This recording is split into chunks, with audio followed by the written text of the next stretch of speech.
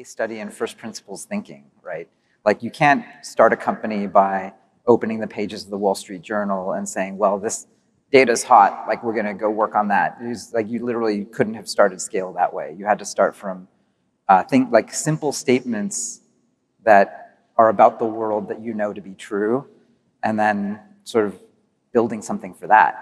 Yeah, I think the key thing is you need to develop conviction in a set of beliefs that nobody else agrees with. Like I think if you look at all the most successful companies in the world, they were started at a time long before the sort of like core idea was popular. And they work on that, they toil in obscurity for years and years before, you know, the idea or the space or the concept of the business, you know, becomes consensus.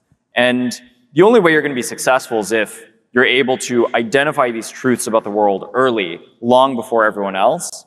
And I think one of the most surprising things, like, you know, Scale, we've been working on AI for a decade.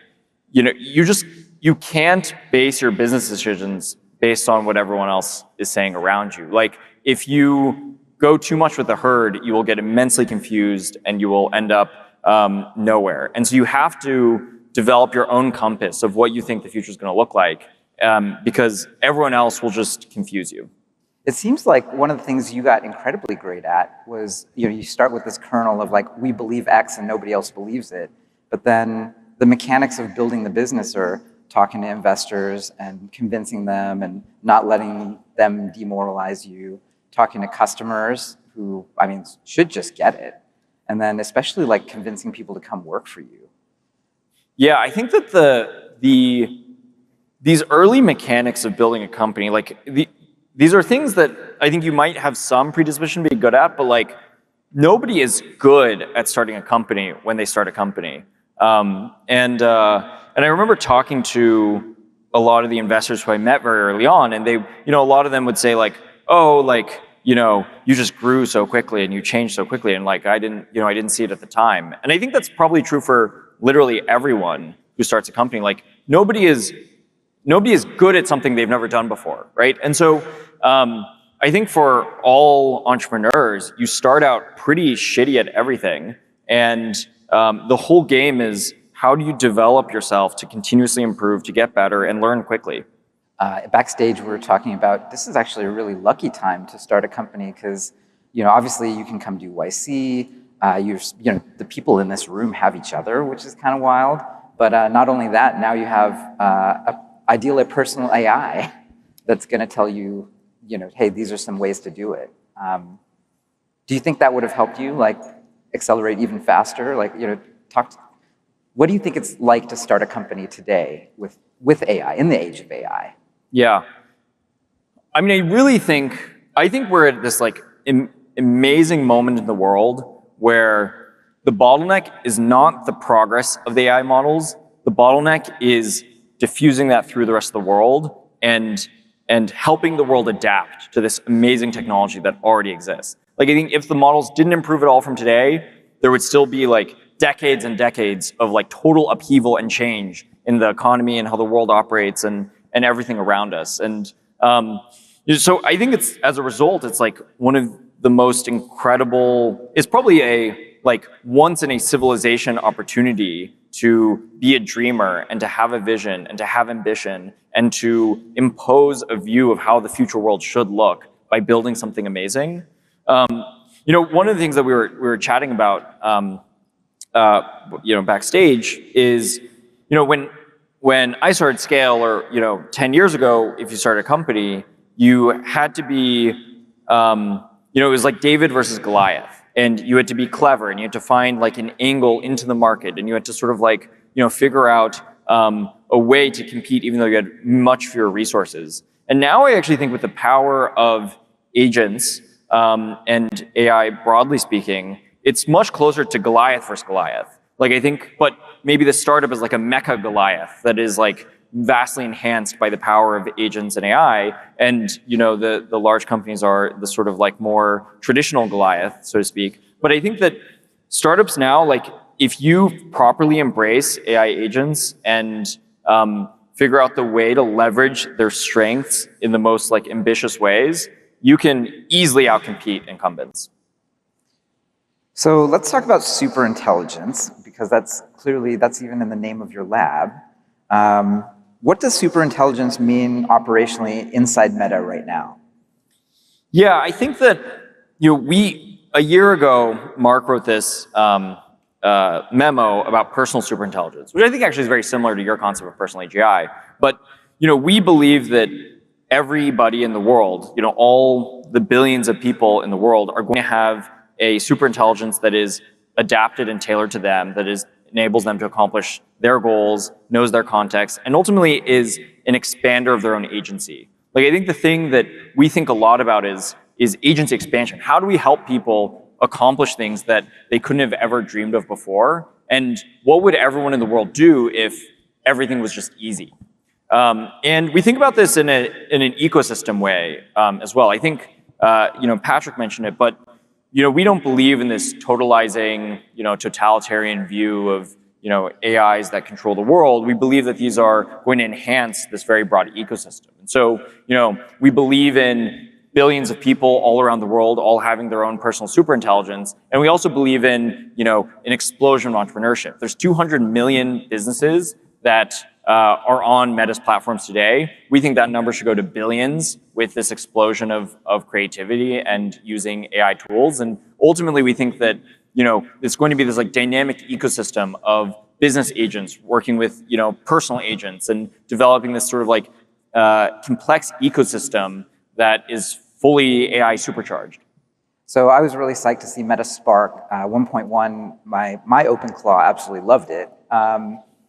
How has running a frontier lab been? The Meta Spark level is sort of the Opus level. What's coming down the pipe? And also, I think that you're increasingly looking at open source, which I think this audience really loves. Yeah. So I think it was. It's been, I've been at Meta for about a year now, and it's been quite a year. I think, getting in and, Meta, we've talked about it publicly, like Llama 4 wasn't on the trajectory that was needed for Meta. And so I got in there and we kind of did a zero-based build of how do you, build an entire frontier lab, in some ways kind of from scratch, obviously using a lot of what we had. And move as quickly as possible. And so within 9 months of that moment, we launched MuseSpark 1, and then 2 months later, we launched MuseImage and MuseSpark 1.1. And, there's a few things that I think have really struck me about this. The first is talent density was incredibly important. That was the core thing to bet on. And talent density is something that compounds naturally. Like, the more talented people you have, the more of the most talented people want to join you. And I think it's kind of amazing to see on the inside, but frontier AI work is research. Like, it is scientific work. We're exploring what can you do with these models, how can you push these models, what are the reaches of what can be accomplished with these models, which requires a totally different mindset and operating model than existed for internet companies or internet products and whatnot. There's a lot more about experimentation, about science, about scaling. And everything ultimately is about how do you develop a lab, an operating model, a system that will just be able to compound with all of the exponential growth that will happen in the ecosystem, both the exponential growth in capabilities, the exponential growth in compute, the exponential growth in adoption and usage. Like, these are all, we are on this like very, very steep exponent across maybe every dimension of the ecosystem. And it's important to develop like an organism, that's how you think about the lab, that is able to sort of grow with that. It's been very exciting, and we're going to be shipping a lot more. So I think we just launched MuseSpark 1.1, which was a great model. We're going to continue to have updates on the MuseSpark line. We'll also have bigger models on the way that I think will be much more competitive with even the very best models that are out there today. We're going to be launching a harness soon, and have been working on a harness to help empower all the developers and agentic developers out there. And then we're also, as you mentioned, we're working on open source models. And we want to, kind of as I described before, like, we believe in a decentralized world of AI capability and progress and development. Like, we want to empower the broader ecosystem and everyone in the world to be able to build and develop using this technology. And so we have a lot of exciting things on the way, and I think we want to be, we want to empower the ecosystem and developers as much as humanly possible. I mean, it sounds like one of the ways, I mean, certainly when I was using MuseSpark with my OpenClaw, like it became clear that it was as good as Opus, especially for that sort of agentic flow with skill files, but it was like 8x cheaper actually. Yes. Well, I think this goes to it. Like, we don't believe in a world where these models are so expensive that, they get rationed only for the most wealthy of developers and companies. It's important for everyone to be able to use the technology to and to build whatever they want to build with it. And I think that, we take a view, I think the best AI products haven't even been developed yet. If you look at the AI ecosystem and everything that's happened, like every wave is 10 times bigger than the past wave. So, when I started Scale, the first wave was maybe self-driving cars. Self-driving cars are really awesome. They're like really, really cool. But that was like pales in comparison to large language models and chatbots. And like, chatbots became this thing that was like probably 10 times bigger even than self-driving cars. And then there were coding agents, which came a few years later. And coding agents are probably 10 times bigger than chatbots. And I think we're just on this steep curve. Like, we're going to keep seeing these new modalities and form factors and developments of the AI paradigm that will each be dramatically bigger than the last. And so, our point of view is like, let's unleash the ecosystem, let's explore, and let's see, let's build, kind of the future of the world together. So what's the best way to actually take advantage of the coding model for MuseSpark? It's open code, right?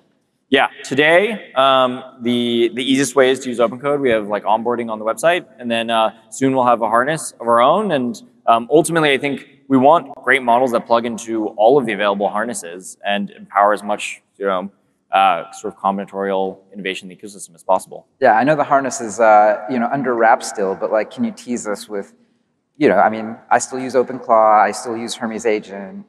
It's, these things are, I call them Ferraris that break down on the side of the road all the time. Like, is this a Ferrari that won't break down? Like, tease us a little bit. Yeah, hopefully it doesn't break down. I mean, I think we're really focused on speed. I think speed is, for anyone that uses these tools, speed is probably one of the most critical things. I think also reliability, like you mentioned, we want to be extremely reliable. We want to be very extensible and to scale to as complex and interesting of a multi-agent setup that you want to have. Like, I think there's so much innovation that will occur even above the harness, frankly, in terms of like how to orchestrate and set up loops and develop like, very complex ecosystems of these agents working together. We want to be really extensible and ultimately we want to just empower people to harness this technology, because harness, no pun, actually pun not intended, but there's like, I truly believe these models are already just incredibly powerful. Like, they should be so powerful to fuel, many points of expansion of GDP growth. And I think it's like up to smart people with vision and ambition to make all that happen. Let's see. So one question. I mean, when you look back on the decade, what do you think they'll say was obvious in hindsight about AI that people are just missing in real time right now?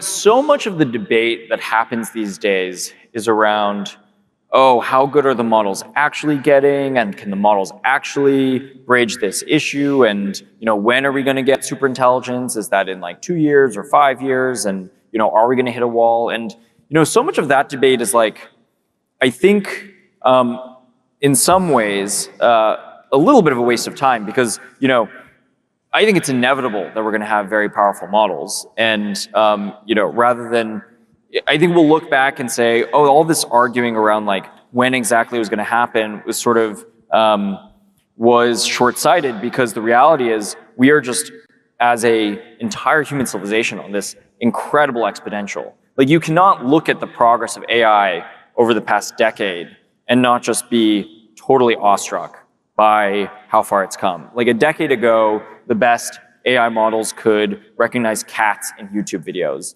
And now, we're talking to a digital god that can, I mean, we've all seen some of the hacks and some of the things these systems are capable of, and you just can't help but be awestruck. And I think this trend will just continue. Like these models are going to become more and more powerful. And so I think a decade looking back, it'll be obvious that intelligence became abundant and that agency became abundant. Like the current trends we're on are just going to keep continuing. And this will be very strange. I mean, I think for the history of humanity, groups of smart people getting together towards a shared goal was the bottleneck of progress. The United States of America, in some sense, was an example of this. Like the United States of America is formed from a group of very smart people getting together and having a vision for the future that they wanted to enact. And that's the story of nearly every company in America, and it's the story of every YC company.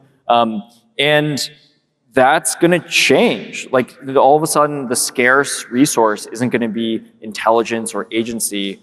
I really think it's going to be vision and ambition. It's like, do you have a clear view of what you want the world to look like in the future? What is the one way in which you want to put your finger on the scale for how the future of the world will develop and how the world will look like in 5 to 10 years that it does not look like today? And do you have the ambition and drive to go through all the crap to make that happen? And AI will make that easier. Like agents and AI makes that maybe 10 times or 100 times easier than it was a decade ago. But the flip side of that is that all of a sudden you can dream bigger. I think, and the world is there's so many things that need to evolve for us to be able to fully embrace this technology. The world is really just, barely even ready for this technology today. And I think, as a builder, we have a responsibility to prepare the world, right? We have to help enterprises and governments, to adapt to this new technology. We have to help figure out how we secure the world from a biosecurity perspective or a cybersecurity perspective. We have to figure out how we're going to manage all these risks that we see with this new technology. But on the flip side, it's also the time of unprecedented opportunity for humans. We can develop new sciences. We can solve problems in health and biology that have been forever unsolved. We can build new businesses that you couldn't have even imagined before. There's new creative opportunities that couldn't have existed before. So it's just this incredible cradle of opportunity and risks that I think makes it no better time to be someone who's a builder and